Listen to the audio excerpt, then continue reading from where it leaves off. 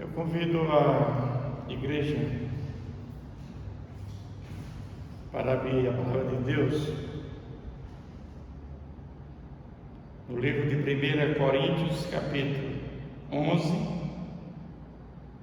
Vamos ler do versículo 17 ao 34.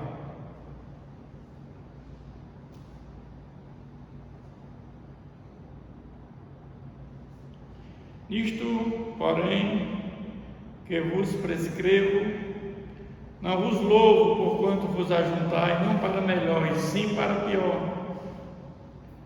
Porque antes de tudo estou informado a haver divisões entre vós, quando vos reunis na igreja, e eu em parte o creio, porque até mesmo importa que haja partidos entre vós, para que também os aprovados se tornem conhecidos em vosso meio. Quando, pois, vos reunis no mesmo lugar, não é a ceia do Senhor que comeis, porque ao comerdes, cada um toma antecipadamente a sua própria ceia, e há quem tenha fome, ao passo que há também quem se embriague. Não tendes porventura casas onde comer e beber? Ou menosprezais a igreja de Deus e envergonhais os que nada têm? Que vos direi? Louvai-vos-ei? Nisto certamente não vos louvo, porque eu recebi do Senhor o que também vos entreguei, que o Senhor Jesus, na noite em que foi traído, tomou o pão, tendo dado graças, partiu e disse: isto é o meu corpo, que é dado por vós. Fazer isto em memória de mim. Por semelhante modo, depois de haver ceado, tomou também o cálice, dizendo: este é o cálice da nova aliança no meu sangue. Fazer isto todas as vezes que eu beberdes em memória de mim. Porque todas as vezes que comerdes este pão e beberdes o cálice, anunciais a morte do Senhor até que Ele venha. Por isto, aquele que comeu o pão ou bebeu o cálice do Senhor indignamente será réu do corpo e do sangue do Senhor. Examine-se, pois, o homem a si mesmo, e assim coma o pão e beba do cálice. Pois quem come e bebe sem discernir o corpo, come e bebe juízo para si. Eis a razão que há entre vós muitos fracos, doentes e não poucos que dormem. Porque se não julgássemos a nós mesmos, não seríamos julgados. Mas quando julgados, somos disciplinados pelo Senhor, para não sermos condenados com o mundo.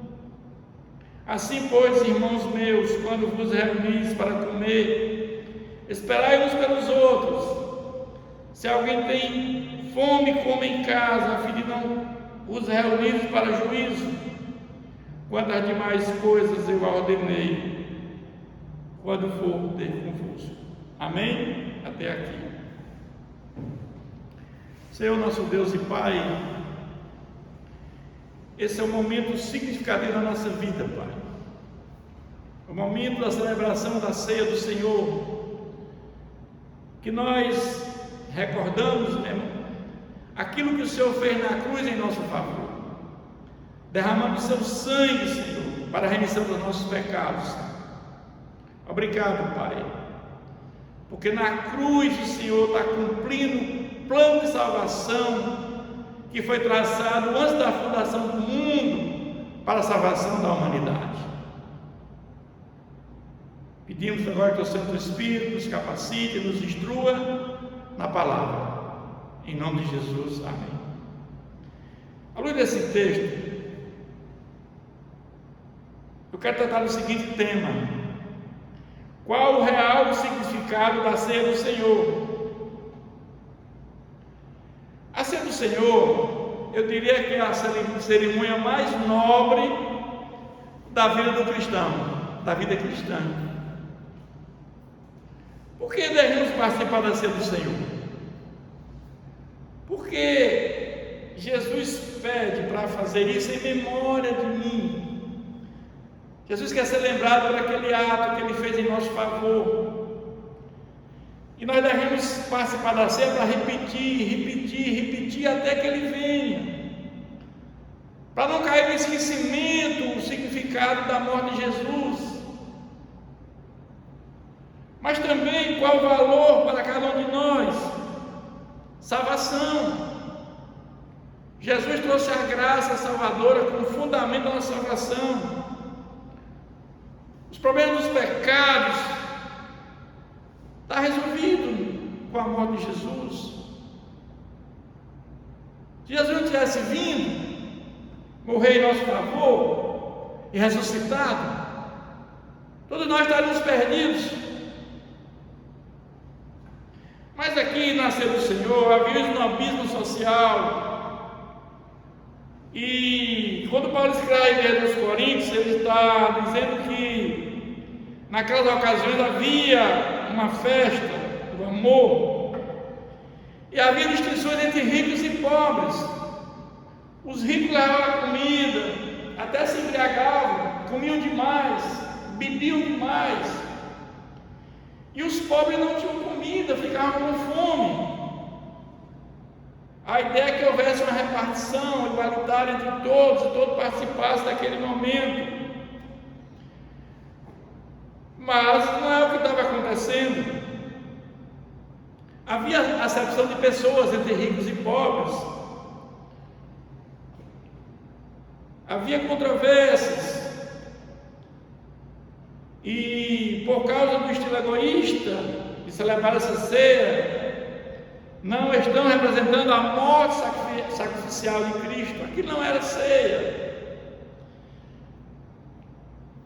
Não havia consideração pelos outros. Chegava até, como eu falei, embriagar-se. E Paulo está profundamente preocupado com aquela situação. Ele escreve à igreja para instruir como é que se dá a celebração da ceia do Senhor. A ceia do Senhor, ela compreende desde a primeira vinda de Jesus, quando Jesus, naquele momento que ele senta com os apóstolos para comemorar a Páscoa, e naquele momento ele se transforma a Páscoa em ceia do Senhor. A Páscoa, nós sabemos que é a libertação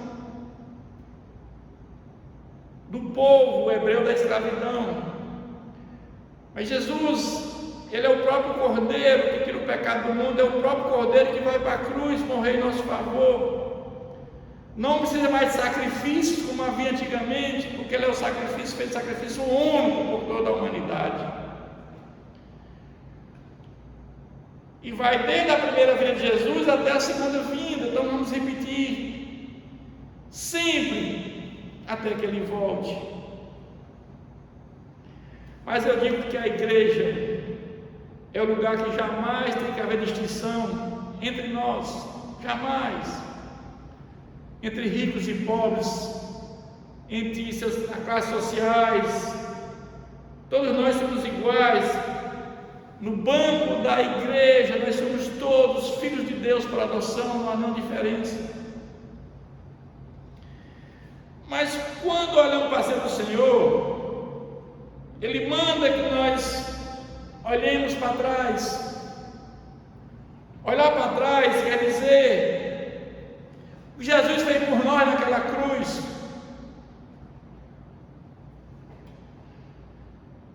Todos nós sabemos que quando nossos primeiros pais pecaram, Adão e Eva,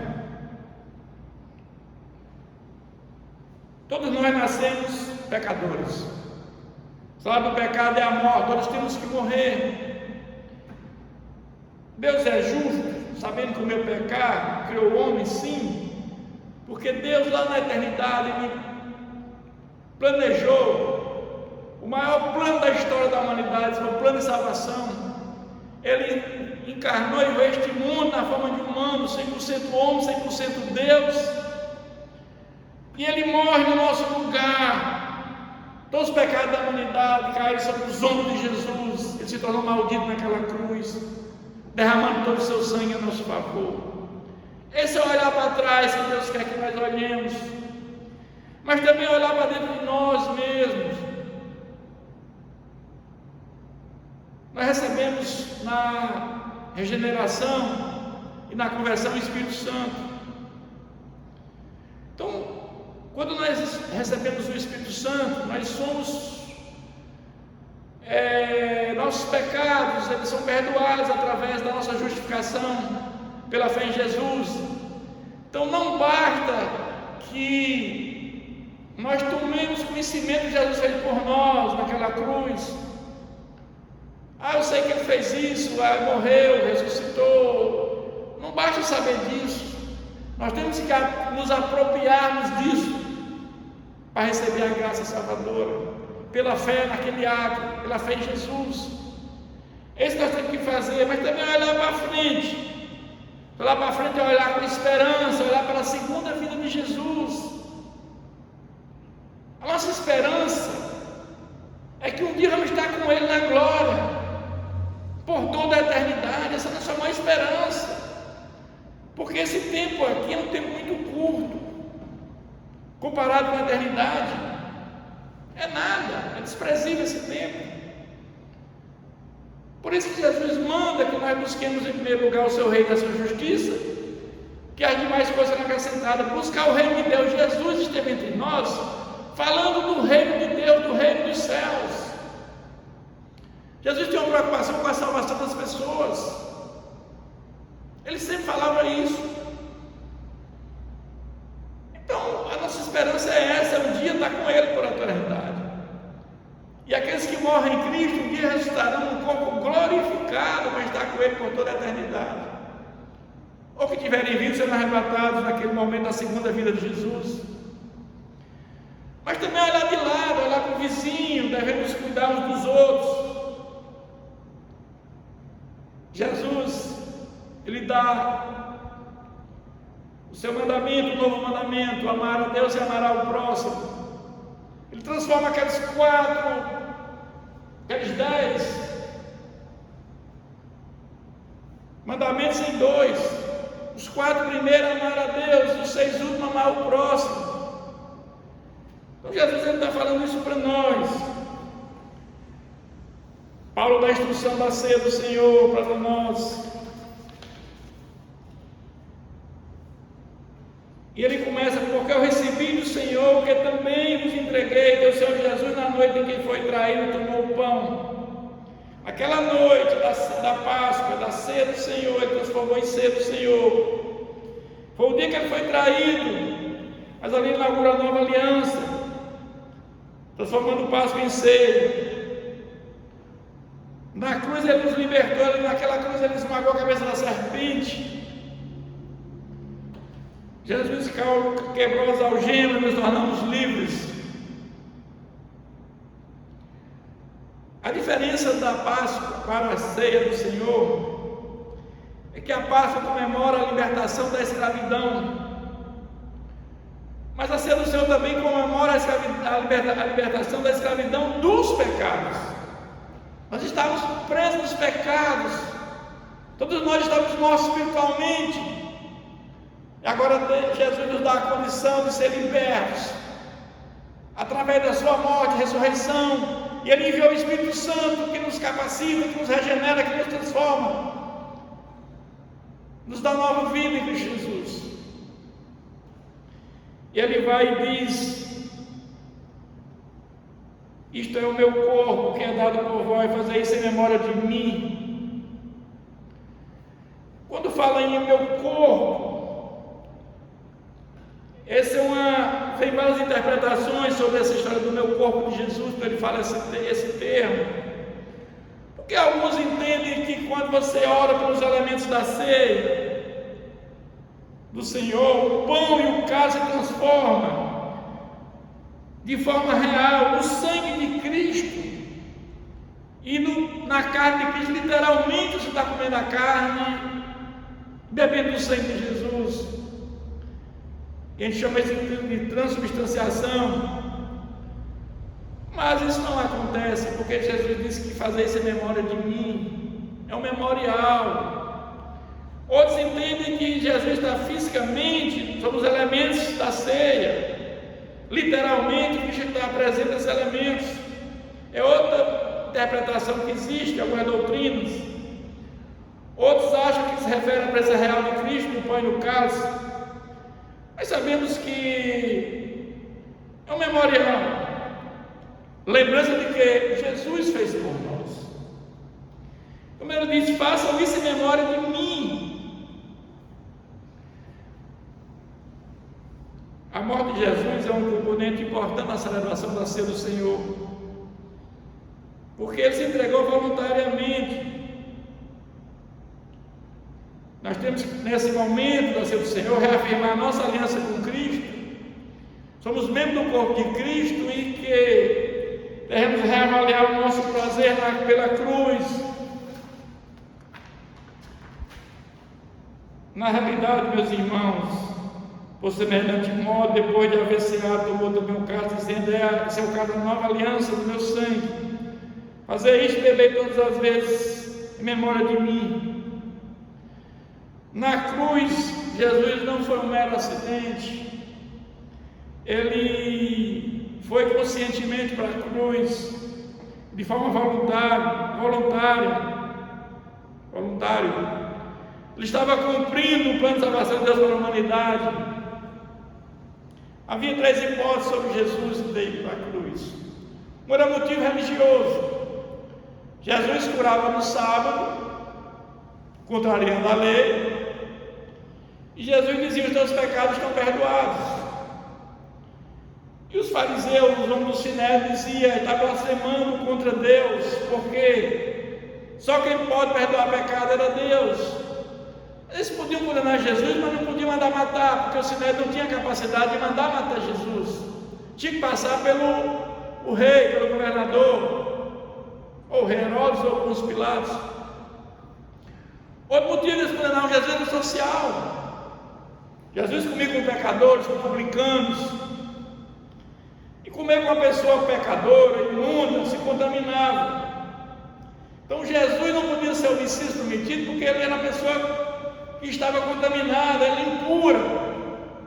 Isso era um motivo social. E o político dizia que Jesus era um impostor, que Jesus não dava o devido pagamento a César, e que ele seria o rei dos judeus.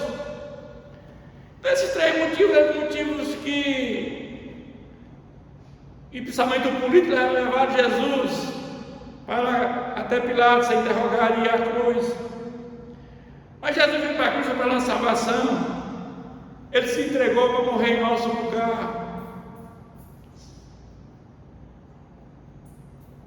Fala a Deus, quando Jesus ele prega para Nicodemos, aquela noite Nicodemos vai até ele, Jesus cita o versículo mais forte da Bíblia para Nicodemos, porque Deus amou o mundo de tal maneira que deu seu Filho unigênito, para que todo aquele que nele queira não pereça, mas tenha a vida eterna.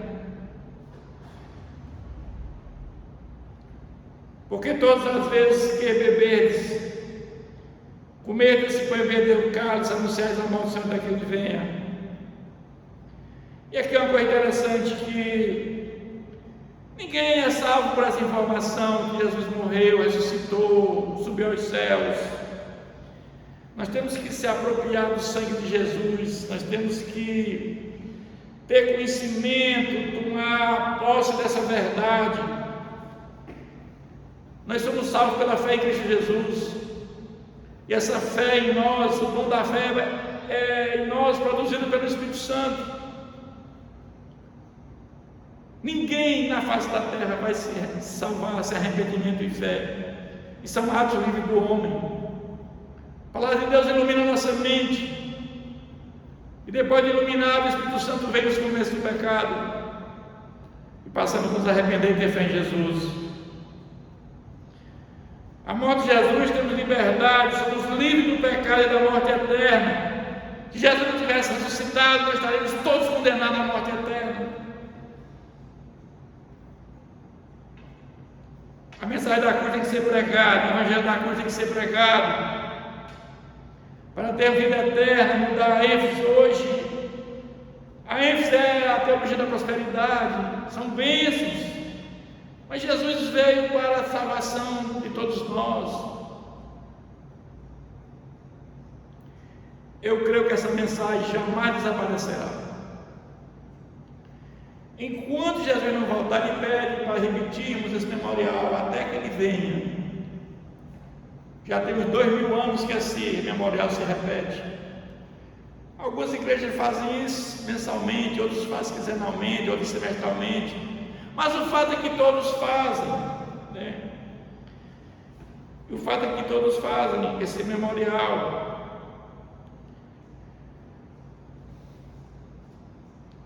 Compreender, diz que aquele que comeu o pão ou bebeu o cálice indignamente será réu do corpo de Jesus.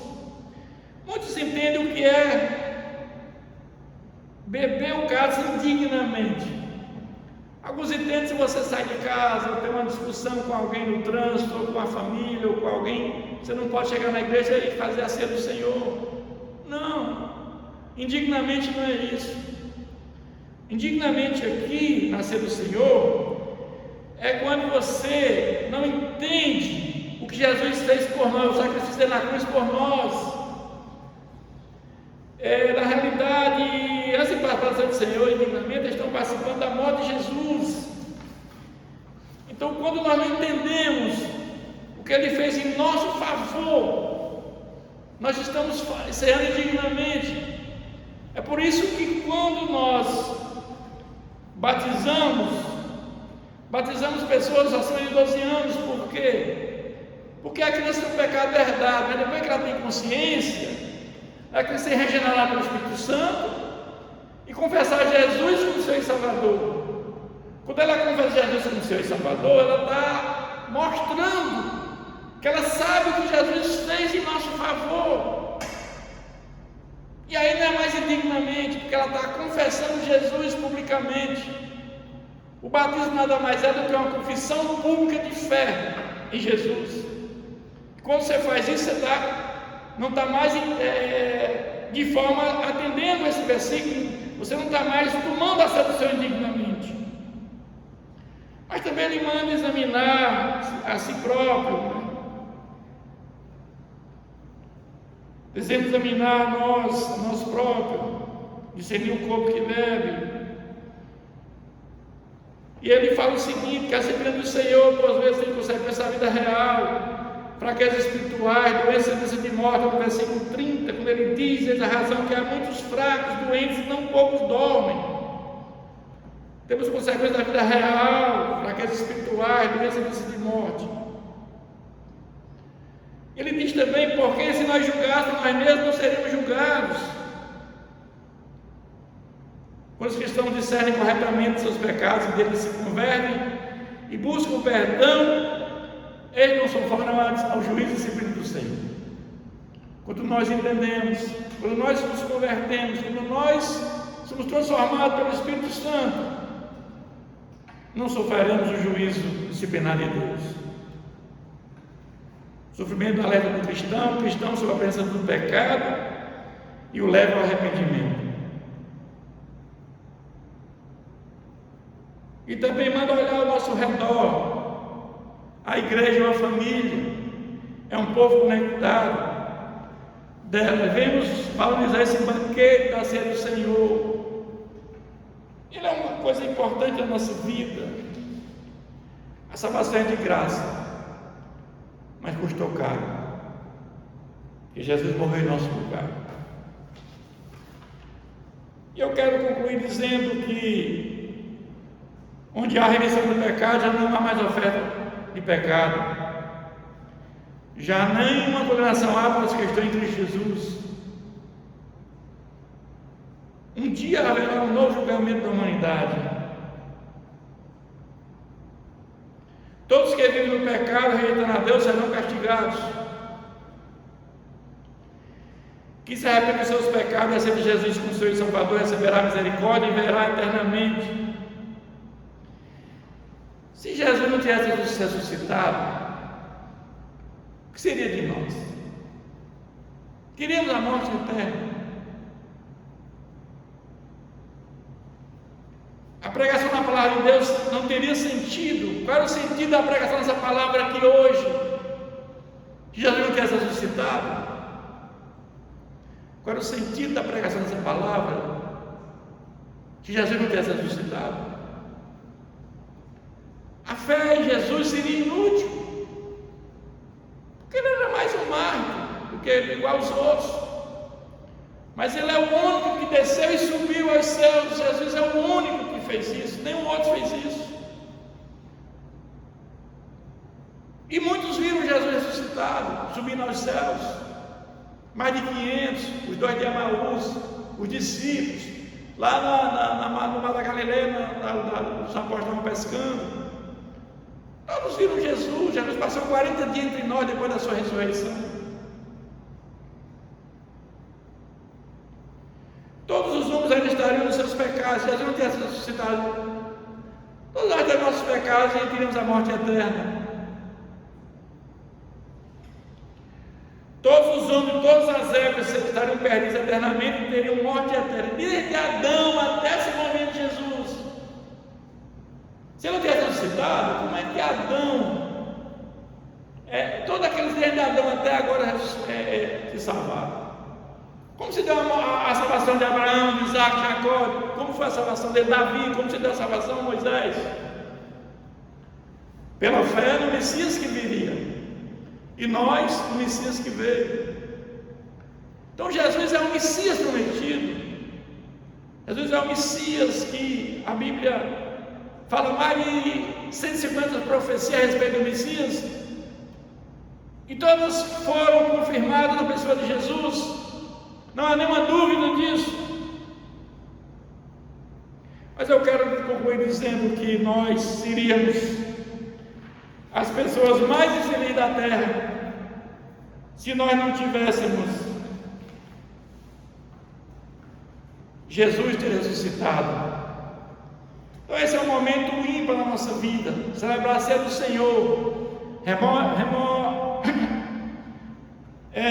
esse memorial que fazemos, relembrando aquilo que Ele fez por nós. Que Deus continue nos abençoando.